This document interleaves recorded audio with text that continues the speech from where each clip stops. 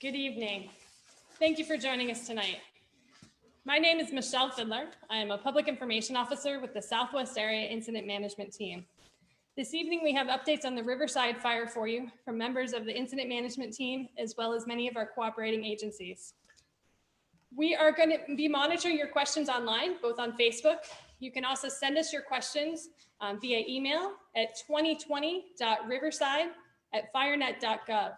We have a team of information officers that will be monitoring those. We will try to address those, but we're going to hold those till the end of the presentation here.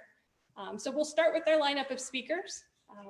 Before we begin, though, I want to encourage you to visit our INCIWeb website. That is our main source of fire information. It's inciweb.nwcg.gov, and we'll be sharing links in the chat below here so we can make sure you get to the right information.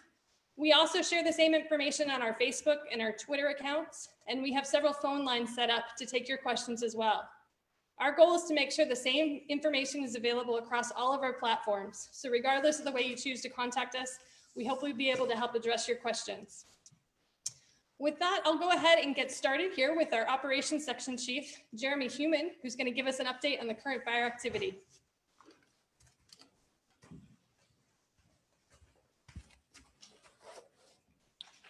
Good evening, everybody. Jeremy Human, Operations Section Chief with Southwest Team 1.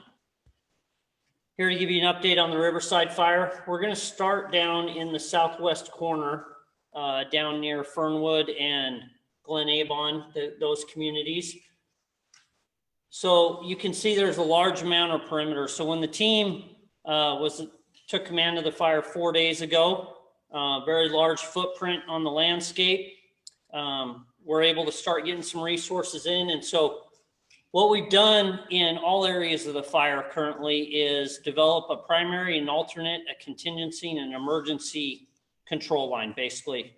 Developed a PACE model to figure out best and most successful options for containing the fire. So that's what I'll be speaking to tonight. So here in Branch 1, southwest corner, a lot of this country is the vegetation and the topography will provide a great opportunity to use both mechanized and hand crews. And we're in this general area going to be looking to go as direct as possible. That's our primary alternative.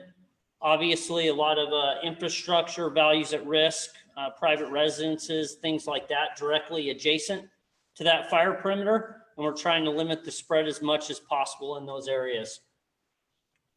And really that's the same tactic all the way up to this northern spot here just below the community of Estacada. You can see that we have several larger spot fires out here to the west. We are working each shift and getting very close to having those contained. We've lined around the majority of both those larger spots that you can see there on camera, this one and this one.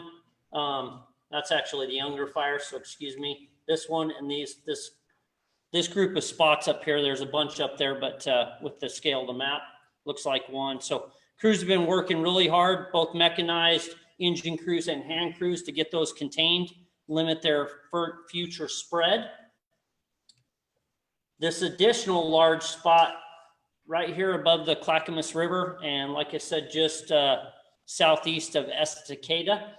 Really looking good. We have hand line and a combination of dozer line all the way down to the river. Crews are in there mopping up, trying to get rid of, extinguish hot spots is what I'm talking about when I say mopping up, and just really secure that edge to make sure that line will hold. Going over on the north side of the fire, very similar along Fall Creek Road here. We went right on the fire's edge, or otherwise known as direct attack. Few small areas of indirect where we couldn't get right to the fire perimeter but wanted to contain it. Crews again working very hard over the last several days to get that taken care of, along with cooperators and some local community members working very hard in there, back down to the North Fork of the Clackamas River.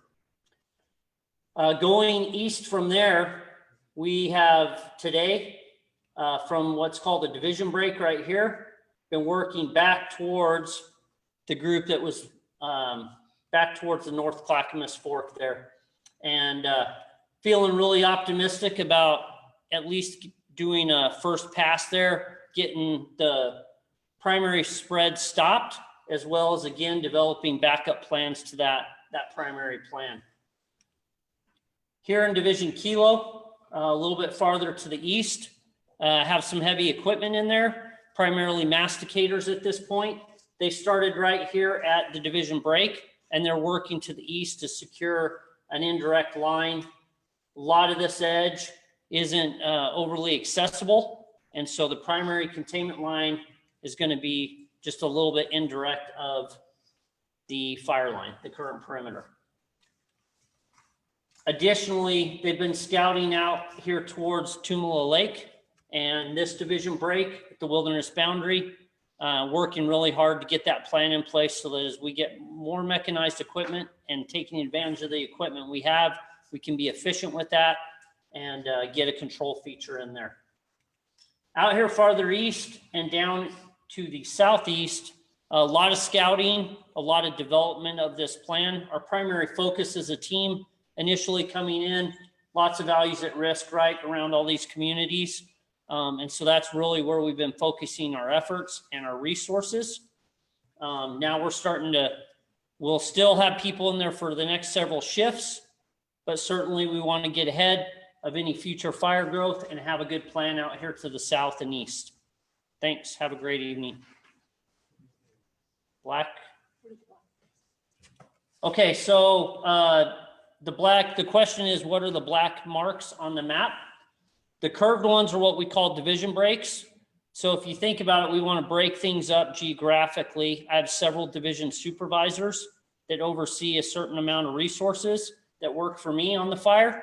And this is their chunk of ground. So geographically, that's how we break up the perimeter. So folks know what they're responsible for. It's well organized, and we can articulate the attack and our suppression efforts in an efficient manner. These breaks are called branch breaks. So when we get in a certain number of divisions, just to help with span of control and really understanding what the ground looks like, we'll create branches that oversee division soups. And so that's what these marks symbolize. Any of these lines that you see are either, this happens to be a road right here that's been improved to contain that portion of the fire. The X's are completed dozer line, and then anything with an H and a little dash, which is probably difficult to see on camera, that's completed hand line. Thank you.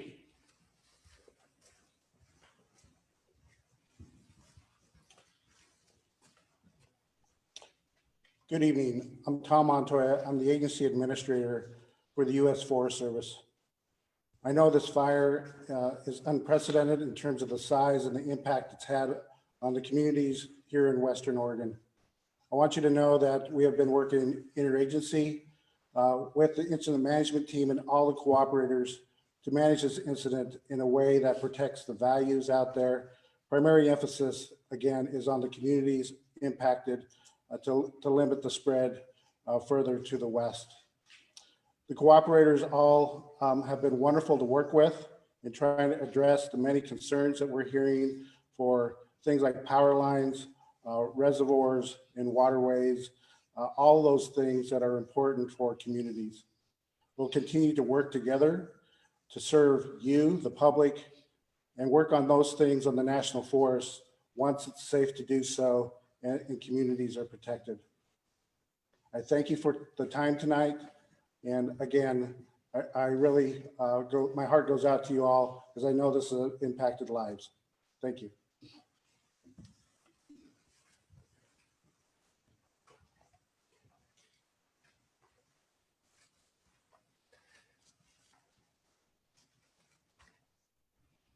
Good evening, folks.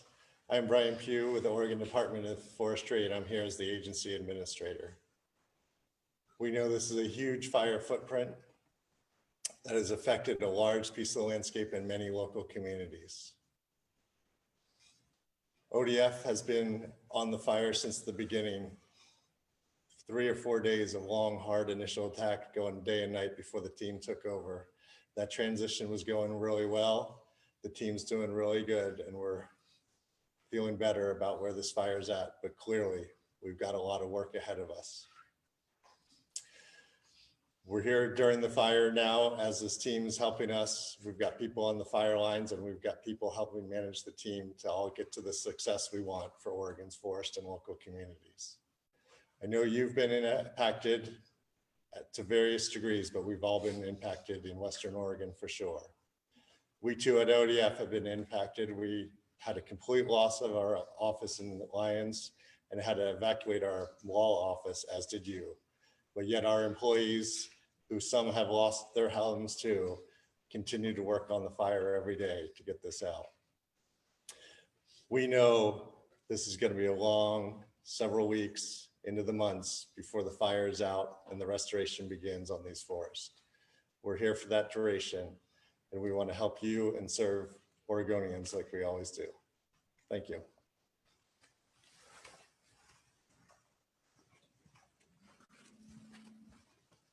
Good evening. My name is Paul Tigan. I'm a field manager with the Bureau of Land Management here in Western Oregon and representing the agency as an agency administrator here on the Riverside Fire. Along with my partners at the United States Forest Service and ODF, want to extend our heartfelt empathy for those who have suffered loss associated with the Riverside Fire, and let you know that we feel very confident in the team that is here today managing this fire, and the partnership that we have with other landowners across the landscape in order to address the fire on the landscape as it stands. The Southwest Team 1, ODF, United States Forest Service, and the Bureau of Land Management are together with our local landowner partners to address this fire on the landscape. Thank you very much.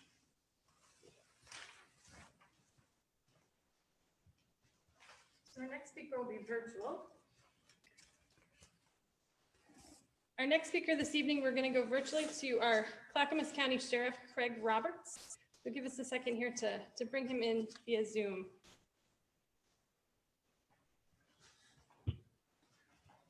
Hi, good evening.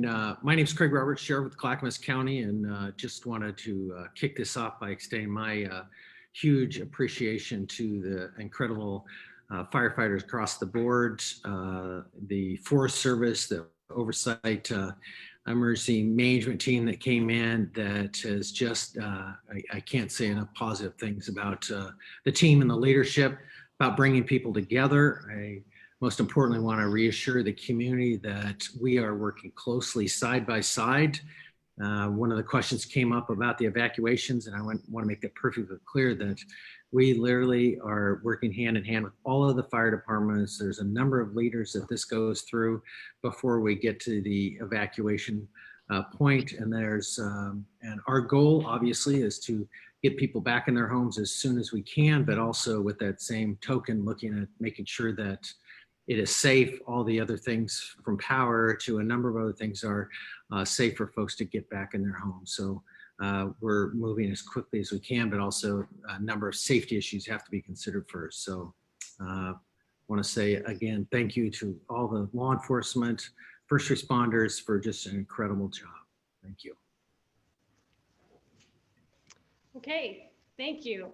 We'll come back to our speakers here with us this evening in person. We've got next up is Clackamas County Fire Chief Fred Charlton.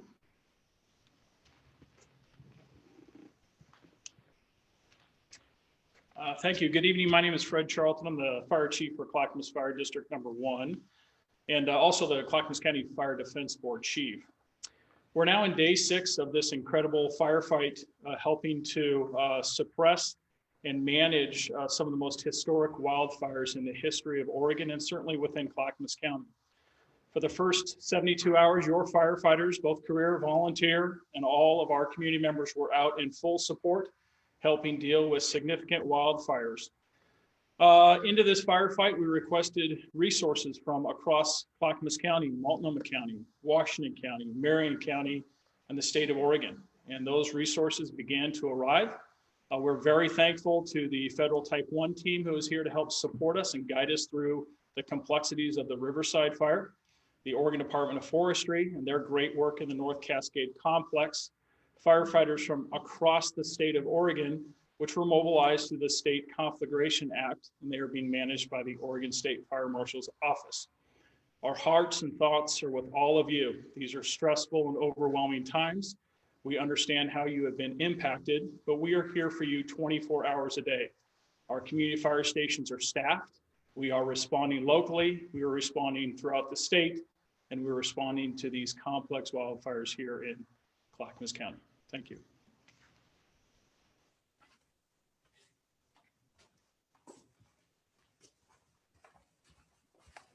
Well, good evening. My name is Ted Coons, and I'm the Deputy Incident Commander for the Fire Marshals team that's here managing all the structural resources that are both working within the Riverside Fire and also on the North Cascades Complex.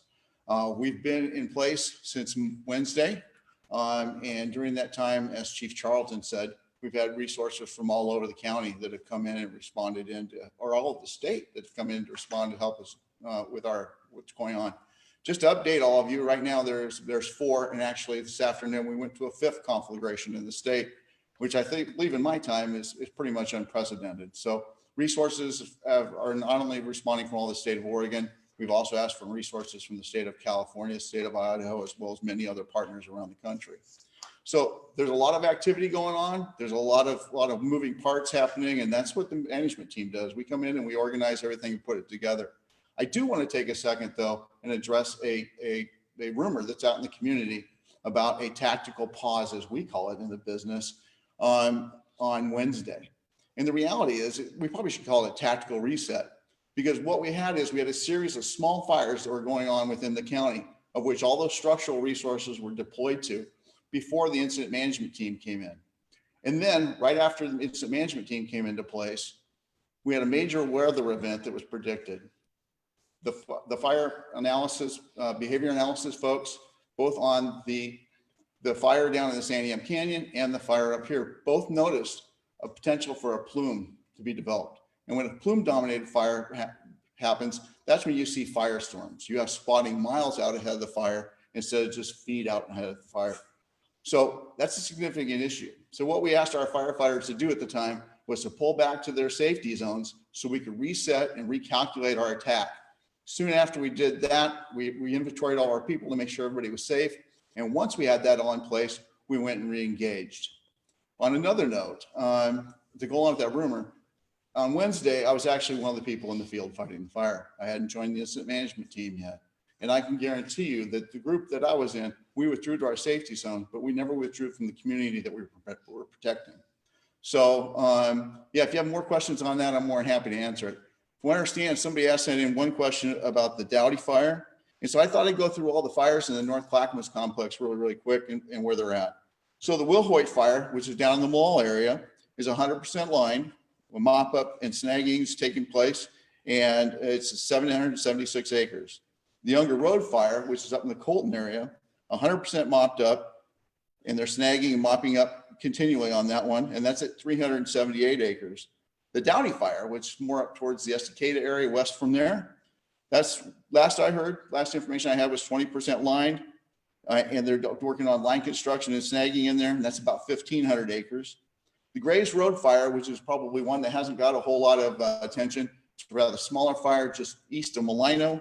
That's at 20% lined. Line construction is going in. It's about 45 acres. All in all, North Cascade Complex has about 135 people on the line. So if hopefully we answered some of your questions you might have had about the tactical pause. Like I said, it's probably a terrible term to use outside the industry of the fire service. But the reality is I want to assure you that we've been in here. We've been engaged in the fight. I'd like to take a second to thank all the firefighters in the area, all the people who have been supporting us, and of course the communities. You've been great, and again, we're honored to be here to be able to assist. Thank you.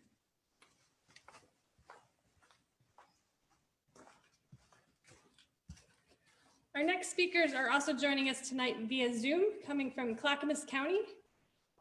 We'll give them a second to switch over here. Yeah. Oh, I think we've got Nancy on there. Yeah. Yes, Nancy Bush.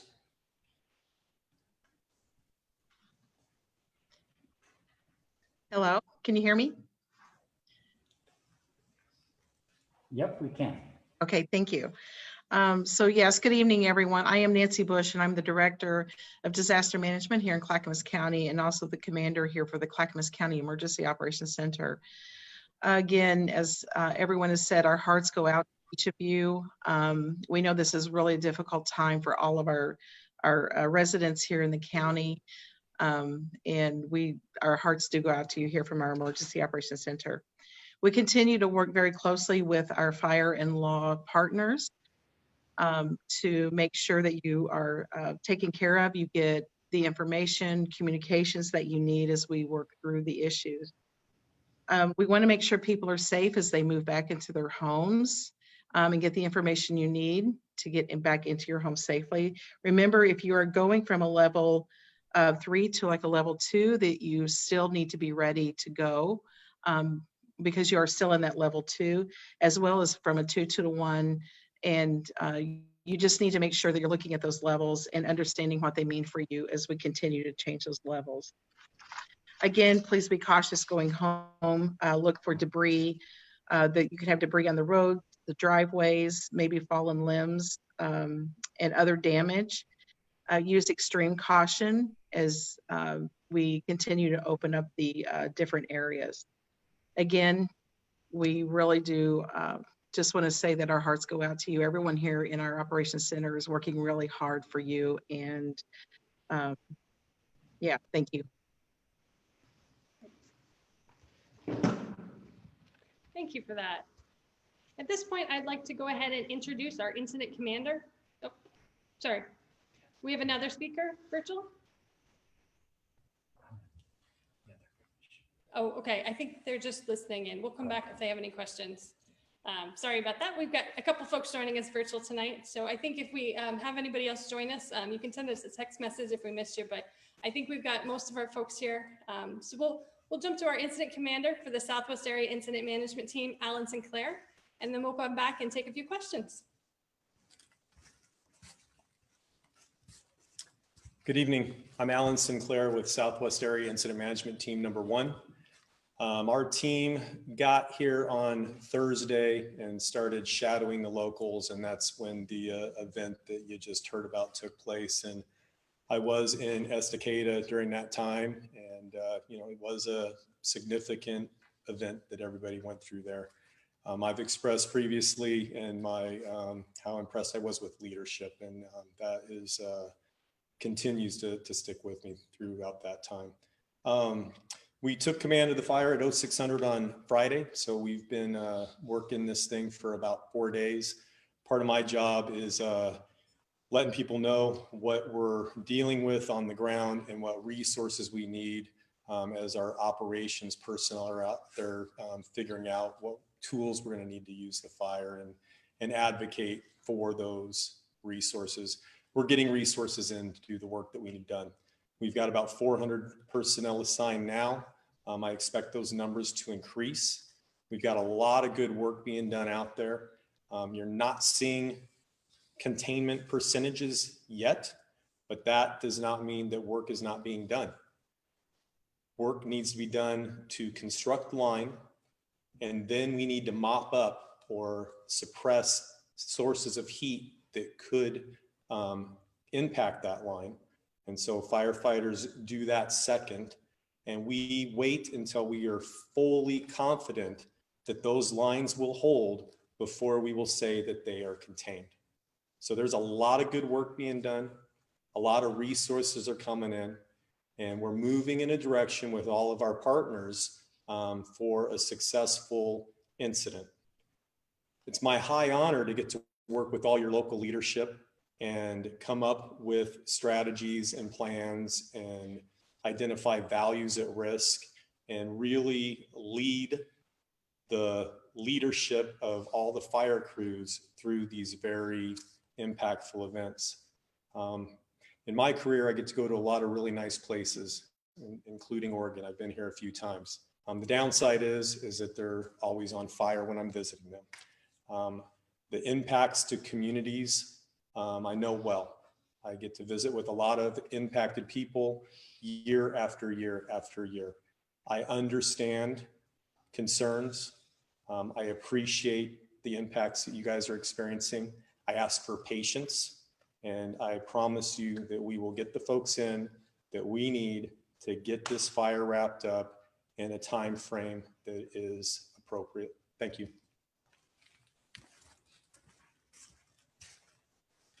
Thank you, Alan. With that, we're going to take a few questions here. I think most of these, I'm going to have our Operations Section Chief Jeremy Human come back up to talk about some of these questions related to the fire.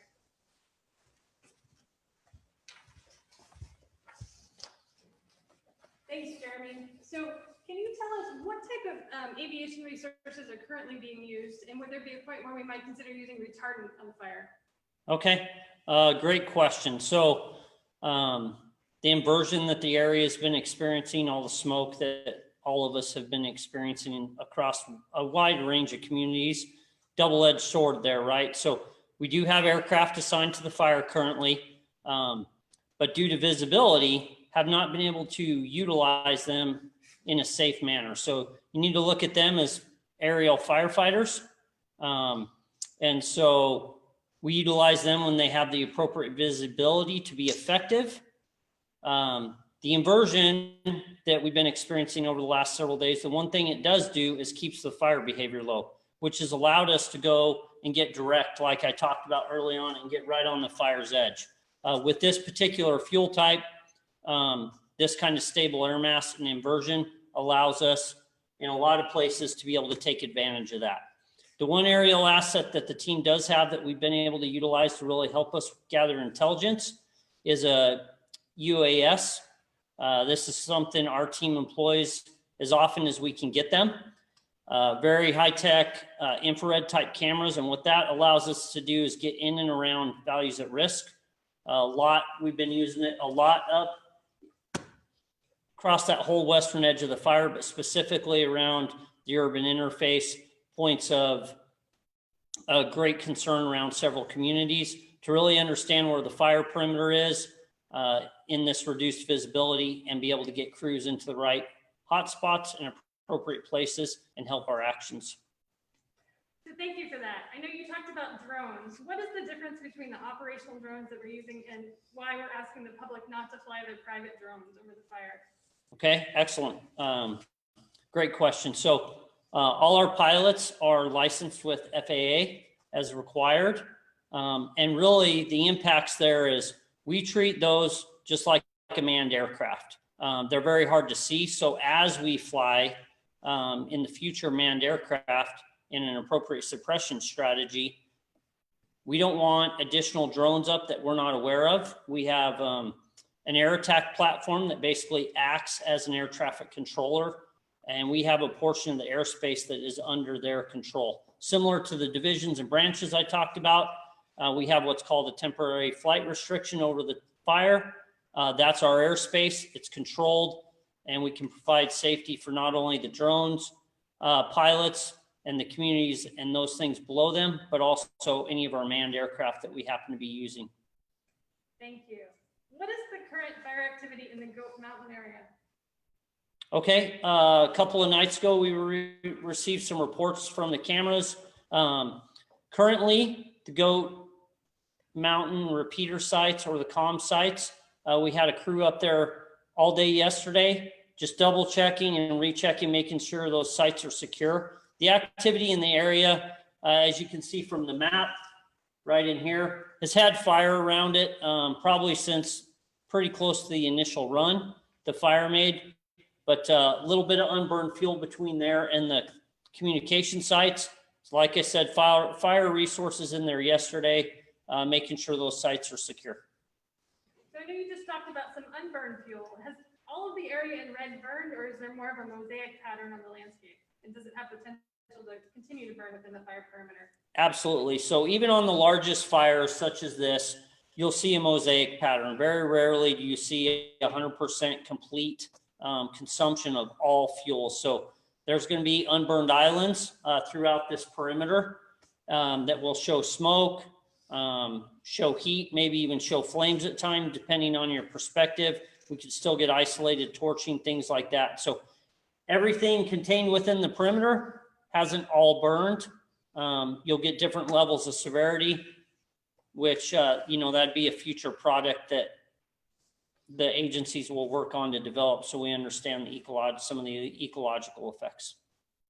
Okay, next we have, what is a dozer line and how does it work? Okay, dozer line, going back basically to what the name is. So you've all seen hotshot crews, hand crews of various types that dig hand lines. So one way that we can stop the spread of the fire is to separate the fire's edge and separate the fuels, create a barrier. A dozer line is where we use a bulldozer in a more effective, obviously quicker manner. This fuel type, with the height of the trees and just the height of the fuels, oftentimes requires a wider line, which can be constructed by a bulldozer. Great. And more questions about kind of what's happening in the wilderness area on the east side of the fire currently. Okay, like I said, visibility, one thing that is hampering us is all the smoke, similar to you, just how far you can see. But we are, like I said, developing a contingency plan. We're not right up on that fire's edge. So a lot of this country, for those of you that are familiar with it, very rugged, very broken country, not safe to put firefighters directly in. And we put firefighters where we feel like they're going to be the most successful, that they can safely attack. We all recognize that we're taking risk with the job and our profession, but we still want to acknowledge that risks we're taking and give us the best opportunity for success in those areas. Great, thank you, appreciate those.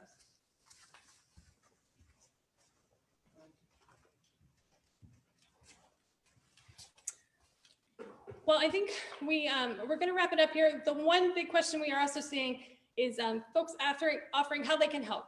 And we really appreciate all the great community support and offers here. We really encourage the best way to help the folks in need is to donate financially to the organization of your choice. There's many different folks involved in response efforts here, from the shelters to the firefighters to our local law enforcement partners, animal groups, folks like that. So we encourage you to visit INCIWeb and link to some of our partners, our cooperators, have information on their websites to really help direct those efforts to where they can do the most good. INCIWeb continues to be our primary source of information, and that's our hub for funneling you to all of our partner agencies. So you can find links there to the county, to our Oregon Department of Forestry, the U.S. Forest Service, the Bureau of Land Management, information on our current closures in the area, as well as links to our maps and photos. We'll continue to provide additional content there.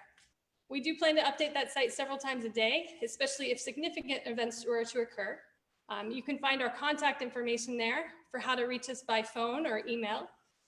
We'll also continue to provide regular video updates, so please join us there. We'll announce plans for additional meetings, share updates as events occur throughout the day. So with that, we'll wrap things up tonight. If we did not get to your question, please feel free to give us a call or send us an email. We'll continue to engage with you online. Again, our team of information officers is here to answer your questions. Thank you for joining us. Have a good night.